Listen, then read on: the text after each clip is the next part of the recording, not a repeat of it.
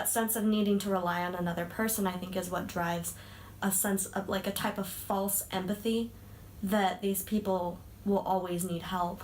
And of course, assistance is fine, but thinking that they can't do anything on their own or that they're helpless is a very unrealistic way of thinking. It's just well, as you said, it's just a stereotype. It's a misconception. I think because we like to think things are within a norm range, and that anyone outside of that norm doesn't really fit the image of what is valued in our society.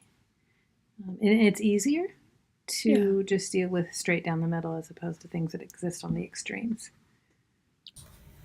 As an able-bodied person, you look at someone with a disability, someone in a wheelchair, someone with lack of hearing as not being normal, or they need other resources to make them live a full and complete life, where that doesn't really make them any less of a person than anyone who doesn't have a disability is.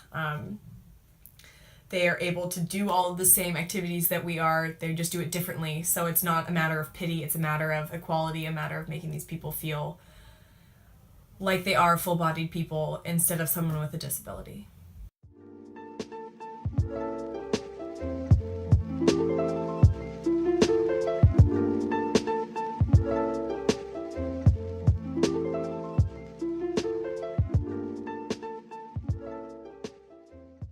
So I think the Paralympics are a really good way that we combat the daily stereotype that physically disabled people can't do the same things as fully able-bodied people, because these people are doing really physically demanding sports and just as well as their counterparts.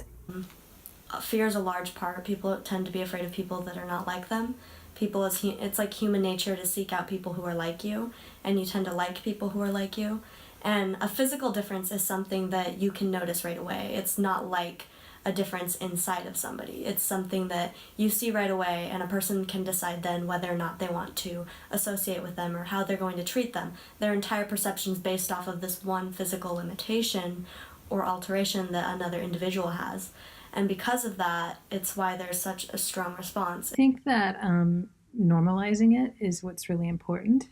So having proactive efforts to make it just another part of diversity. Mm-hmm. That it's not anything that makes you less or more than anything else. It just is.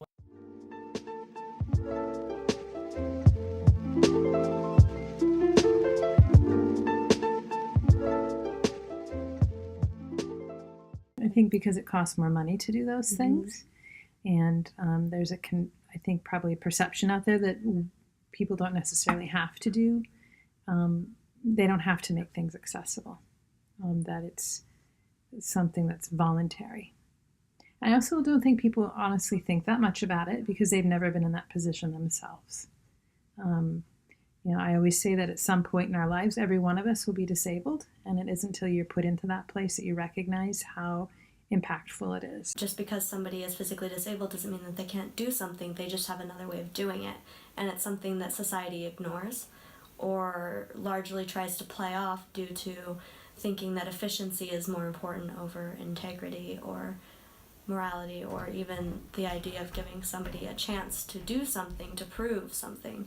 So I think that to really start this rolling, it's like definitely education and society itself offering the opportunity for this community to show what they can do.